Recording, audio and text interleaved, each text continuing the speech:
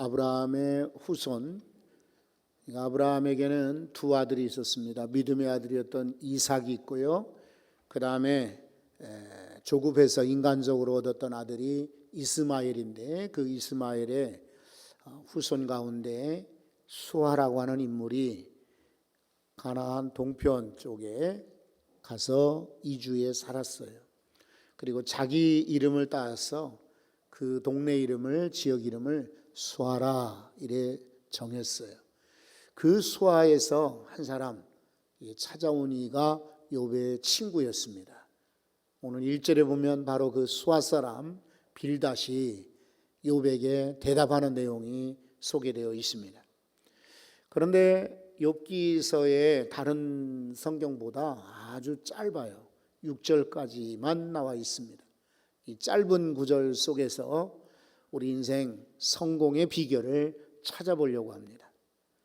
먼저 말씀을 드리면은 성경이 성공학 교과서는 아닙니다. 그리고 성공이 기준이 다 다르고 사람마다 욕구 또 꿈꾸는 것이 기준이 다르기 때문에 이것이 각 사람에게 다 고루 맞는다라고 말할 수는 없습니다. 그래도 원리, 기본적인 원칙은 아마 대동소이하리라고 생각이 됩니다. 금년에 우리 교회 표가 이미 이제 내년 표를 강단 앞에 걸어놓기는 했습니다만은 그래도 금년의 표는 여러분 잊지 말고 기억하시고 기도하시기를 바라요. 다 같이 한번 해봅시다. 잘 되는 교회라 그랬죠? 교회와 부제로 따라오는 제목으로 잘 되는 인생입니다.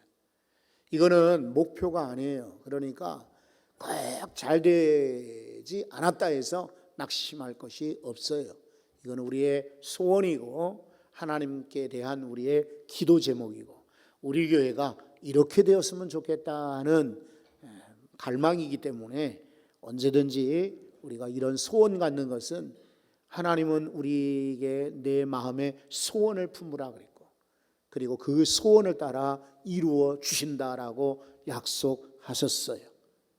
너는 동서남북을 바라보아라. 내가 바라보는 땅을 다 내게 주리라.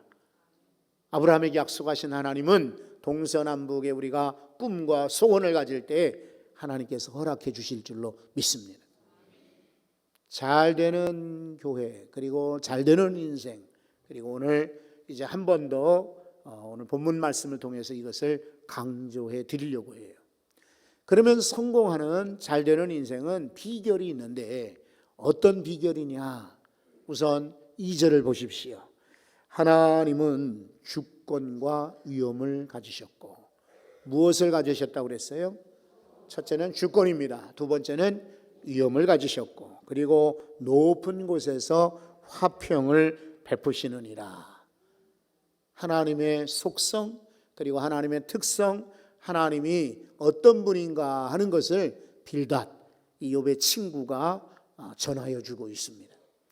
여러분 사실은 이 빌닷은 어떤 의미에서 정확한 그런 욥의 처지를 이해하고 그리고 욥에게 꼭 필요한 이야기를 100% 맞는 이야기를 하지는 않았어요. 욥을 오해하기도 하고 또 자기가 생각하는 기준에서 욥을 단정시키기도 하고 때로는 편견을 갖기도 하고 때로는 자기가 가지고 있는 지식을 동원해서 욥을 힘들게도 했어요. 그래도 여러분 이 성경 말씀은 다 성령의 감동으로 기록된 책이기 때문에 우리가 믿음으로 받을 때에는 과연 빌닷이라는 인물은 틀린 사람일지 모르지만은 그가 바라봤던 그가 소개해 준 이 하나님은 틀림없이 정확하게 우리에게 그대로 다가오는 것입니다. 그래서 오늘 말씀에 보면 하나님은 첫째 무엇을 가지셨다고요? 주권이라 그래요. 주권은 바로 주인 되는 권리다 이런 말이에요. 이 세상은 하나님이 만드셨습니다. 그런 거로 주인이 누굽니까? 하나님이신 겁니다. 이 땅은 하나님이 다 지으셨고 우리 인생도 만드셨어요. 그러니 주인이 누굽니까? 하나님이시라는 거예요. 그런데 주인이 누구냐에 따라서 물건도, 사물도, 집도, 자동차도, 심지어는 동물들까지도요, 처지가 달라져요. 자동차를 한번 예를 들어 볼까요? 어떤 주인은 자동차를 아주 잘 이렇게 관리합니다. 때를 따라서 먼지가 오면은 이렇게 뒤집어 씌워놓고, 그리고 닦고, 그리고 그 안에 기름이 새지 않도록 관리를 잘 합니다. 그러니까 차가 오래돼도 꼭 새 차처럼 반짝반짝반짝 이렇게 깨끗합니다. 근데 어떤 주인은요, 차를 그냥 그거는 필요해서 내가 어디 타고 가면 되지, 굴러가면 되지, 무슨 관리야, 이러면서 그냥 마구 험하게 차를 몹니다. 그리고 전혀 돌아보지 않습니다. 그러면 채 1년도 못 가서 그 새 차가 그냥 한참 탄 중고차처럼 됩니다. 물건도 마찬가지지만은 반려동물 같은 것도 보세요. 반려동물. 어떤 사람은 개를 애지중지하고 그렇게 아주 아끼고 사랑하는지 모릅니다. 실제로 저는 지하에서 엘리베이터를 타고 저희 집에 올라가는데 1층 문이 열리더니 어떤 아주머니 한 분이 포대기에 아기를 안고 들어오십니다. 처음 보는 아기예요. 그래서 신기해가지고 안녕하세요, 그리고 아기가 했더니 깜짝 놀랐습니다. 포대기에 뭐가 들어있을까요? 그렇습니다. 그냥 걸려도 될 텐데 너무 이쁜가 봐요. 그래서 포대기 해가지고 안고 들어오더라니까요. 주인이 누구냐에 따라서 어떤 강아지는 초복에 불쌍해지고, 중복에 위태위태하고, 말복되면 이제 나는 올해 한 해 살았나 보다 싶지만은 웬걸요, 그죠? 주인을 누구 만나느냐에 따라서 동물도 달라지듯, 여러분, 우리 인생의 주권, 주인 되시는 권한은 하나님이 가지고 계시는 거예요. 이걸 인정할 때 우리 인생이 잘 될 수가 있어요. 내 마음대로 내 자식이니까요, 안 돼요, 여러분. 내 집이니까 내 마음대로 안 돼요. 내가 결정한 거니까, 내가 돈 주고 산 거니까 내 마음대로, 천만의 말씀이에요. 여러분, 건강도 하나님이 주인 될 때에 안전하고 건강하게 지켜지는 거예요. 내 자녀들도 하나님이 주인이시다 인정할 때 하나님이 안전하게 바른 길로 잘 성장시켜 주시는 겁니다. 내가 아무리 애를 써서 사업장을 일구었어도 이 사업장의 주인은 하나님이십니다 라고 인정하면은 불경기에서도 넉넉히 이기고 잘 될 줄로 믿습니다. 주권뿐만 아니라 위엄을 가지셨다. 이거는 이 권위, 능력, 힘을 가지셨다는 말이에요. 그래서 아무도 하나님의 위엄 앞에 건드리거나 접근할 수가 없습니다. 요한계시록 15장 4절에 그랬어요. 누가 주의 이름을 두려워하지 않을 수 있겠습니까? 영화롭게 하지 아니하겠습니까? 하나님의 이름은 두려운 것이고 하나님의 이름은 영화롭게 하지 않을 수가 없는 것입니다. 여러분, 하나님 앞에 하나님을 높이시고 영화롭게, 그리고 하나님을 두렵게 여기신다면 하나님이 여러분을 지켜주시고 잘 되도록 도우실 줄로 믿습니다. 또 그 하나님은요, 2절 뒤에 보면은 높은 곳에서 화평을 베푸시느니라. 화평이요, 이것은 샬롬입니다. 샬롬. 한글로 보통 쓰듯이 샬롬이 아니고 원래는 샬롬입니다. 예전에 우리 성도들과 함께 작년 말고요, 초창기에 성지순례를 갔습니다. 티베리우스, 옛날 티베리아라고 불렸던 티베리우스라고 하는 도시에 갔습니다. 이스라엘이 대부분 낮은 집으로 되어 있는데 이 동네는 빌딩이 있는, 그리고 꽤 세련된 건물들이 있는 동네였습니다. 알고 보니까 거기가 다이아몬드 가공하는 유명한 공장도 있고요. 그리고 이스라엘의 그 아주 보석 단지가 그곳에 있는 거예요.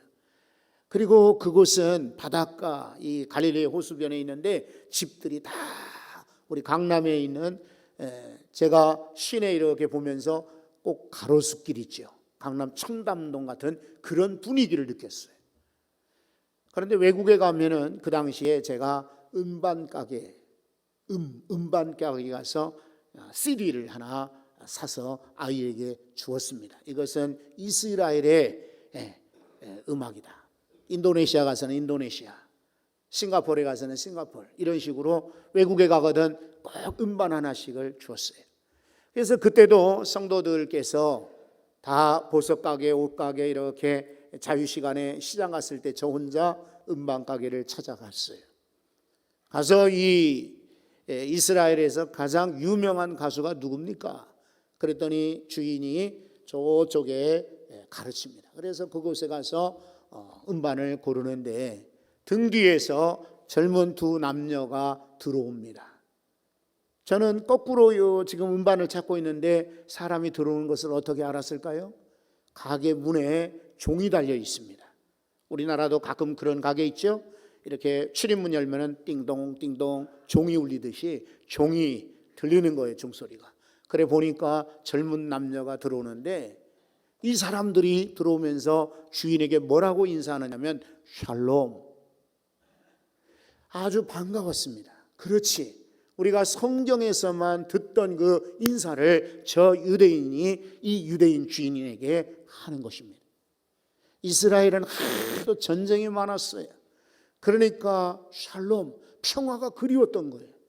그래서 자기들끼리 만날 때 아침이건 저녁이건 한밤중이거든 만나면 전부 평화를 기원하는 샬롬. 예수님께서도 부활하시고 나서 제자들 만날 때 제일 먼저 인사가 너희에게 샬롬, 평안이 있을지어다. 그러나 여러분, 이것은 전쟁이 없는 상태가 아니에요. 그냥 평화로운 상태가 아닌 거예요. 이것은 하나님께서 주시는 온전히 조화를 이루는, 요만큼도 어긋남이 없는, 모든 것이 탁탁탁 들어맞는 완전한 상태가 바로 샬롬이에요. 높은 곳에서 화평을 주시는 분이 누구십니까? 집집마다 가보면 다 어렵다고 합니다. 나라가 왜 이렇지요? 걱정들 합니다. 경기가 어렵다고 하지요. 자녀가 문제 있다고 합니다. 아프다고 합니다. 다들 문제가 있어요. 그런데 하나님께서는 그들 가정에도 화평을 주신다. 여러분, 잘되기 원하시면 하나님을 주인으로 고백하시기 바랍니다. 내가 주인이 아니에요. 하나님이 주권을 가지시고 위엄을 가지셨고 우리 가정과 우리 심령에, 우리 가정의 사업장에도 자녀들에게도 참 화평을, 완전함을 주시는 분이 바로 하나님이세요. 그 하나님께 주인이신 것을 고백할 때 우리 인생이 잘 될 줄로 믿습니다. 또 하나는 3절 말씀을 보십시오. 그의 군대를 어찌 계수할 수 있으랴. 이 계수한다는 말은 샌다 이 말이에요. 전 세계에서 아마 제일 군대가 많은 나라가 중국이 아닌가 이렇게 통계는 말하고 있습니다. 미군도 만만치 않고요. 러시아도 군대 수가 많습니다. 그리고 북한, 우리나라입니다. 아마 한반도 군대를 합치면은 전 세계 중국군보다 더 많을지도 몰라요.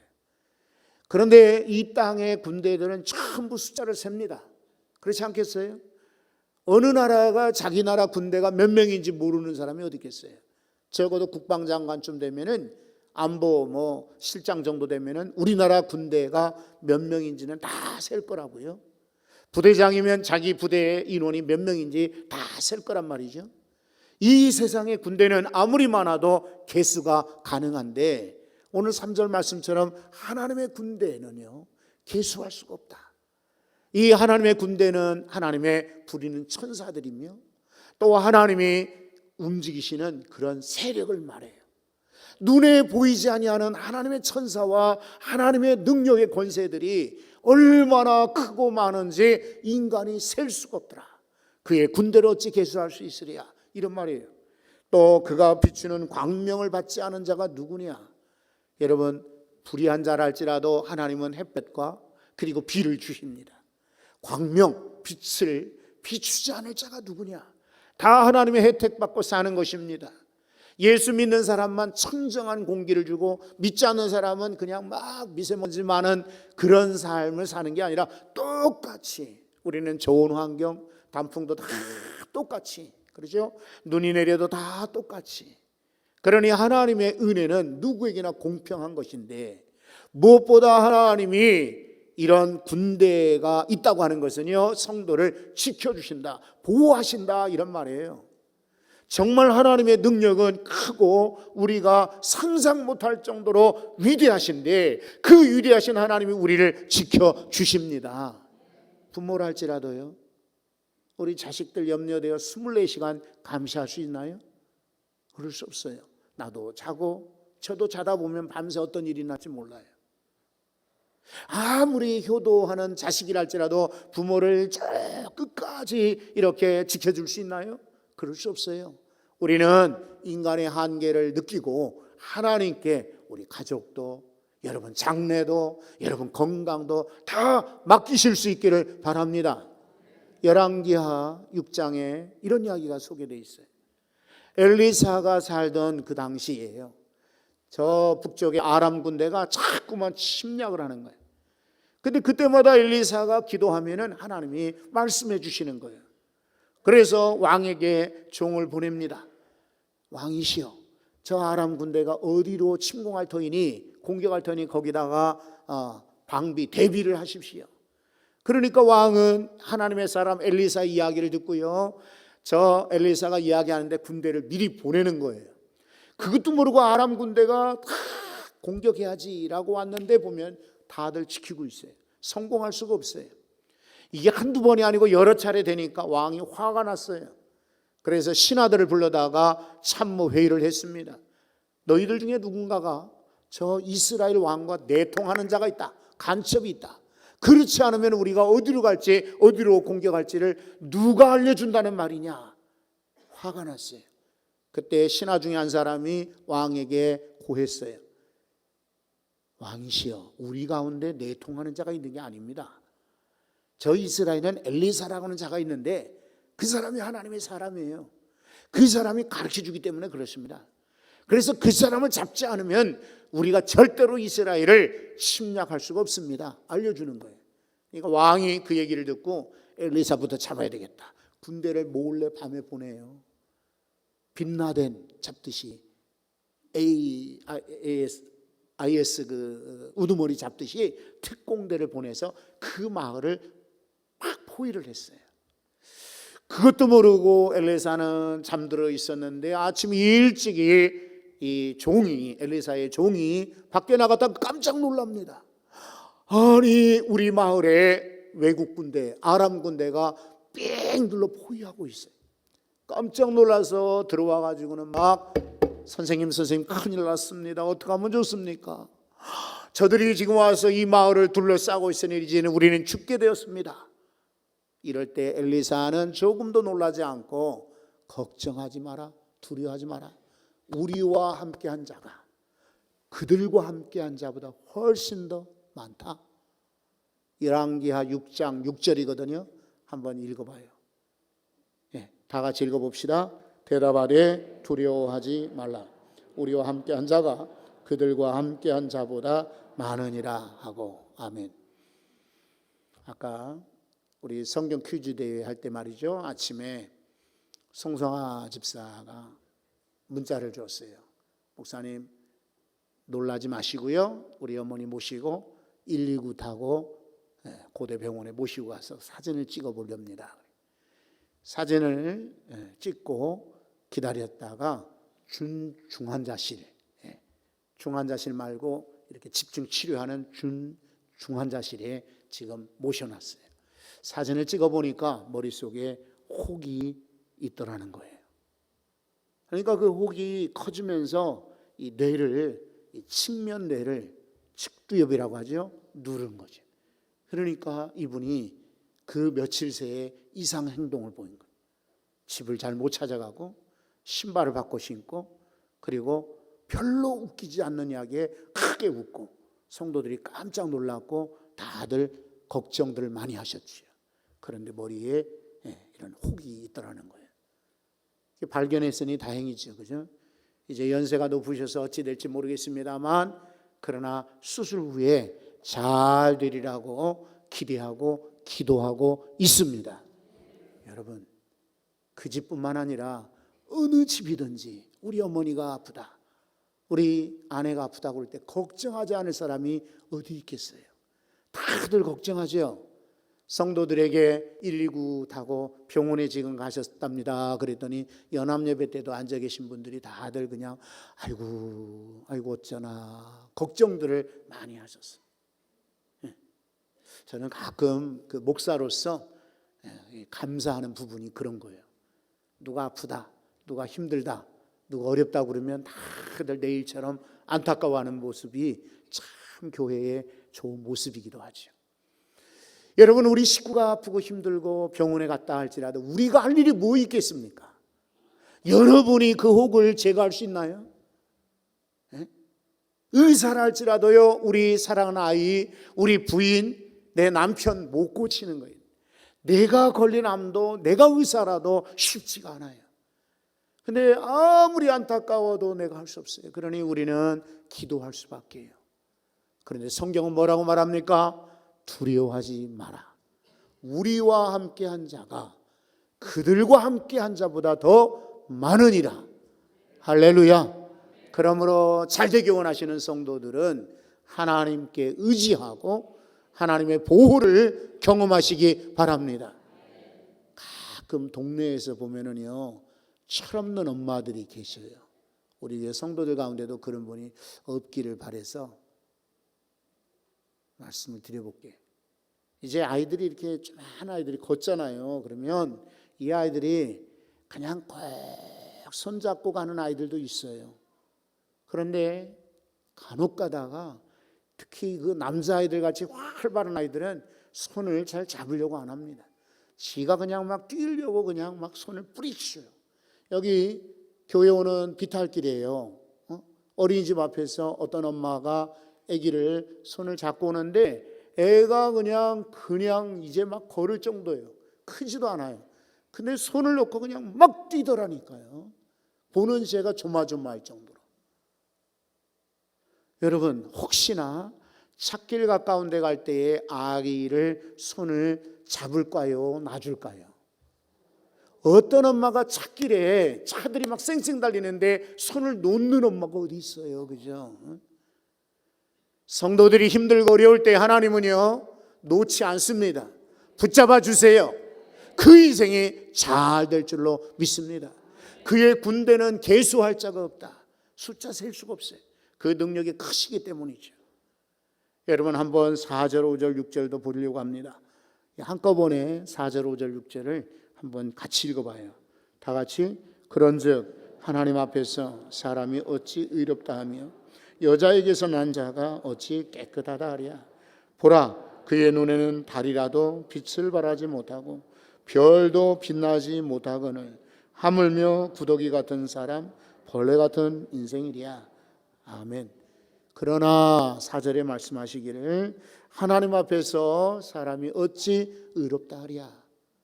정말 도덕적으로 아무리 깨끗해도 우리가 의롭다라고 자랑할 수는 없어요.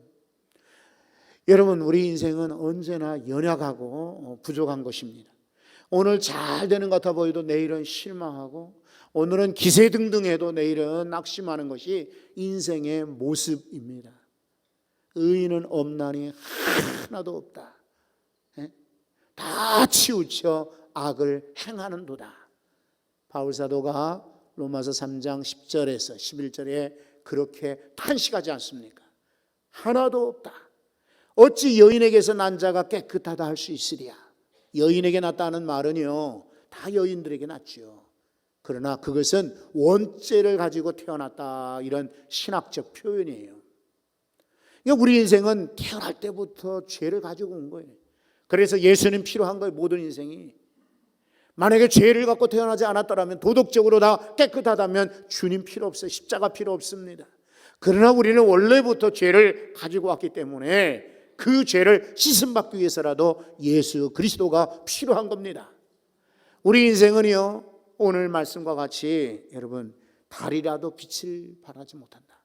별이라도 빛나지 못하다. 심지어 6절에 뭐라 합니까? 인생을 구더기와 같다. 여러분, 구더기, 뭐 동물 행동 그 학자들 같은 이들은 구더기들을 연구할지 몰라요. 실제로 제가 가르쳤던 지도했던 그 대학원 박사과정의 학생 중에는 파리 박사도 있어. 파리, 프랑스 파리 말고요. 이게 파리 박사, 파리만 연구하는 그런 이도 있었어요. 그러니까 구더기는 연구 대상은 될지 모르지만은 혹시 그렇지 않은 사람들에게, 보통 사람들, 우리 같은 사람들에게 구더기 누가 소중히 여기겠어요? 아, 저 구더기니까 밟지 말아야지라고 피해 지나가는 사람이 있어요? 천만에. 벌레는 어떻습니까? 벌레도 벌레 좋아하고 벌레 연구하는 이들에게는 소중히 여길지 모르지만 우리 앞에 수없이 지나가는 벌레들을 누가 우와 벌레다, 저 벌레는 애지중지 아껴줘야지 할 사람이 어디 있습니까? 그냥 벌레 보면은 손을 져서 버리거나 아니면은 벌레를 보고 눌러 죽이거나 그럴 거 아니에요. 인생이 그와 같이 가치 없다는 거예요. 하나님과 비교할 때 인생은 구더기와 같고 벌레와 같다. 성경은 말하지요. 이사야 40장에 있는 것처럼 인생을 풀이라 그랬습니다. 야고보 4장 14절에는 인생이요 안개와 같다 그랬어요.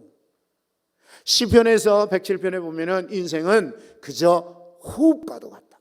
호흡이 뭡니까? 그냥 훅 바람 불면은 날아가 버리는 없어지는 존재예요. 안개가 무엇입니까? 아침에 잠깐 보였다가 사라지는 거예요. 풀이 무엇입니까? 풀, 아침에 쫙 살았다가 저녁이 돼버리면 시들어 버리는 게 바로 풀과 같은 것이다. 인생을 이렇게 연약한 존재로 묘사하고 있는데, 여러분, 우리가 하나님 앞에서 어찌 의롭다고 말하며 아 나는 깨끗하다, 나는 대단한 사람이라고 자랑할 자가 누구겠습니까? 그러면 어떻게 하면 성공할 수 있을까요? 하나님께 항상 저는 연약한 자입니다, 저는 부족한 자입니다 고백하는 거예요.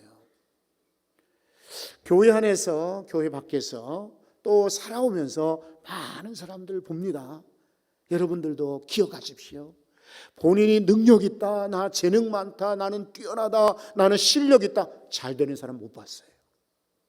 그런데요, 저분은 실력도 있고 능력도 분명히 있어요. 정말 근접할 수 없을 만큼 뛰어난 사람이 있어요. 그런데도 항상 머리 숙여서 인사합니다. 그리고 제가 뭘 하겠습니까? 목사님, 저는 한없이 부족해요. 저를 위해서 기도해 주셔야 합니다. 저는 자랑할 것이 없습니다. 이런 사람들은요 잘 되더라니까. 어떤 인생이 잘 될까요? 오늘 저는 짧은 구절에 3가지 말씀을 드렸어요. 하나님의 주권 인정하시기 바랍니다. 하나님의 보호 지켜주시는 것을 믿으시기 바랍니다. 하나님 앞에 나는 벌레예요. 나는 부족합니다. 항상 모자라요. 겸손히 머리 숙이는 사람 하나님이 잘 되도록 뽑아 세워주실 줄로 믿습니다. 거룩하신 하나님, 이날 머리 숙여 기도하는 성도들 어디 가든지 무엇을 하든지 잘 되는 인생 되기 소원합니다. 정말 잘 돼야 되겠습니다. 그래서 저들만 잘 될 뿐만 아니라 가정들이 잘 되게 하시고 아울러 우리 교회가 잘 되는 것을 묶여가게 하여 주옵소서. 안타깝게도 이렇게 원치 않는 병에 걸려서 아픈 이들이 있지만은 하나님이 보호하시고 지켜주시기에 건강케 하실 줄로 믿습니다. 내 식구라도 내가 아무리 좋아해도 내 마음대로 낫게 하거나 고치거나 시험에 합격하게 할 수 없습니다. 하나님 손에 의탁하옵고 맡기오니 우리 아이들 시험장까지 동행하여 주옵소서. 밖으로 나가